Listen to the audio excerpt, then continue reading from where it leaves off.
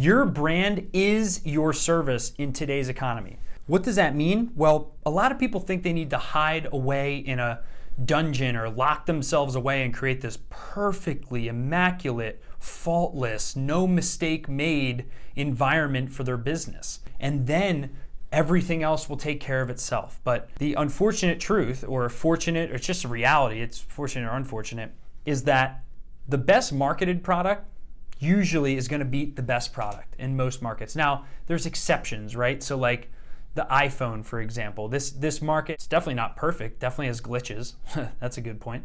But still, it had a great product market fit, a great timing, it had a very disruptive approach to doing business, and it worked out. But it's very rare that there's this virality effect that happens in business, okay? Because your brand is your service, not the other way around. Now, yes, your service does tie into your brand. Don't get me wrong. If you provide crap, I'm assuming most people watching my stuff are good people and have good intentions.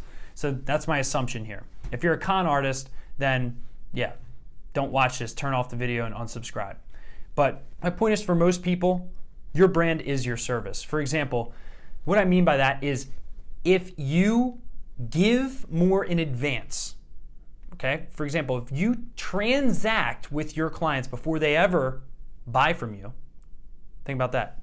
Transact with your clients before they ever buy from you, you will win much of the game because your brand is your service. And if you can offer goodwill in advance and make almost people feel indebted to you. Gary Vee says this all the time. His content marketing, he's very shameless about it. He wants you to feel indebted to him. He wants you to feel like you owe something to him. And he successfully does that because he puts out tons of content that is so helpful to people. And yeah, he gets some haters along the way, but ultimately when people reach out to him, he's able to basically turn down who he wants. He's able to have a pretty bad sales process because his brand's so big. I mean, he famously says, if he had a better sales process, he'd be twice the size. But his brand is his service. You look at these people like Grant Cardone, for example, love him or hate him, this guy has helped probably over 1 million people. I mean, with just general tips. I mean, he's, Ty Lopez, these people, again, love him or hate him, I've seen immense value from these people because I've actually purchased their stuff and followed through and executed and taken their advice versus just theorizing about the fact they're trying to rip me off, which successful people don't have the time to do, by the way. If you have the time to criticize people, you should probably question your priorities, but that's another story. But your brand is your service because if you can transact before your client ever buys from you, there will be that goodwill built to the point where they're gonna come into their transaction with you, their purchase with you, expecting good things. And some people say, well, oh, doesn't that raise the bar of expectations so that if you drop the ball, they're gonna be pissed? No, what it means is that their reticular activating system, their attention is gonna be focused on the good. They're gonna be predisposed to look for the good because you've already won their trust, you've already helped them, you've already shown them your thinking, which ties into my next point, your brand is your service, is your brand attracts the right clients through your content marketing, right? So if you put out content about your beliefs, eventually the marketplace is going to hear what you're saying and they're gonna self-select into working with you. So a lot of people know my beliefs around Google Ads. A lot of people know my beliefs around treating every campaign that we run like a personal injury campaign, for personal injury lawyers because it's the most competitive niche. And that's what's made us so good at Google Ads is because we went into the most competitive niche right off the bat. We had to iron out our systems. Now we can do it in almost any niche. And people know that and they expect to work with a detail maniac when they reach out to my company. And that's because of all the content that we put out. And we don't even have, a top 5 marketing brand, like really in the whole grand scheme of things, just starting out. And it's already working where people are self-selecting working with us because they're coming in with a good mindset and then they're looking for the good. Whereas when you do just cold calling all the time, people are skeptical, they feel like they're being sold, they feel like they're being lied to. So your brand is the perception of your service.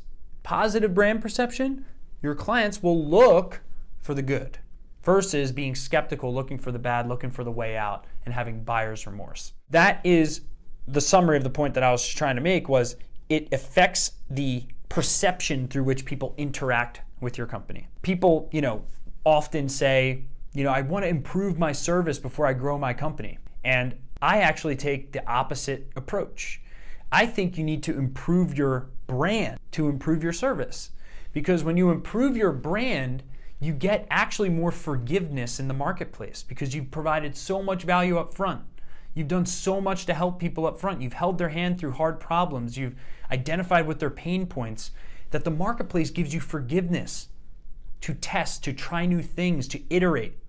So you want to improve your service, improve your brand, and improve your service. I'm not saying just improve your brand to manipulate people or have people think they're dealing with someone who's really not carrying the ball across the finish line. No, the marketplace will figure that out at some point. The marketplace is smarter than I think any human being.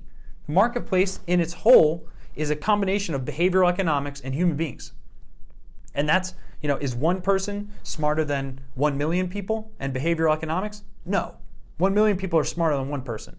The marketplace will figure you out if you're not offering a good service. So don't get me wrong. I'm not saying provide a crappy service. I'm saying improving your brand needs to be a priority at all times, because improving your brand earns the trust of your market, attracts the right clients, and puts you in a recession-proof mode in your business. So your brand is your service. Do not mistake it. So I hope you found this video valuable. Please subscribe to the SMB Team YouTube channel if you found this valuable, so you can get notifications every time we release a new video. And also leave a comment below if there's anything you want me to go deeper into. Finally, go to smbteam.com. I run a marketing company called the SMB Team, and you can submit your email on our homepage or any of our contact forms, and we'll put you into our daily value add email drip follow-up, where we'll send you valuable tips to your email inbox every day for free and help grow your business with, again, marketing tips, sales tips, leadership tips, business tips that we're learning as we're growing our company 300% year over year. So thank you very much for your time, energy, and attention. Stay great, and let's grow.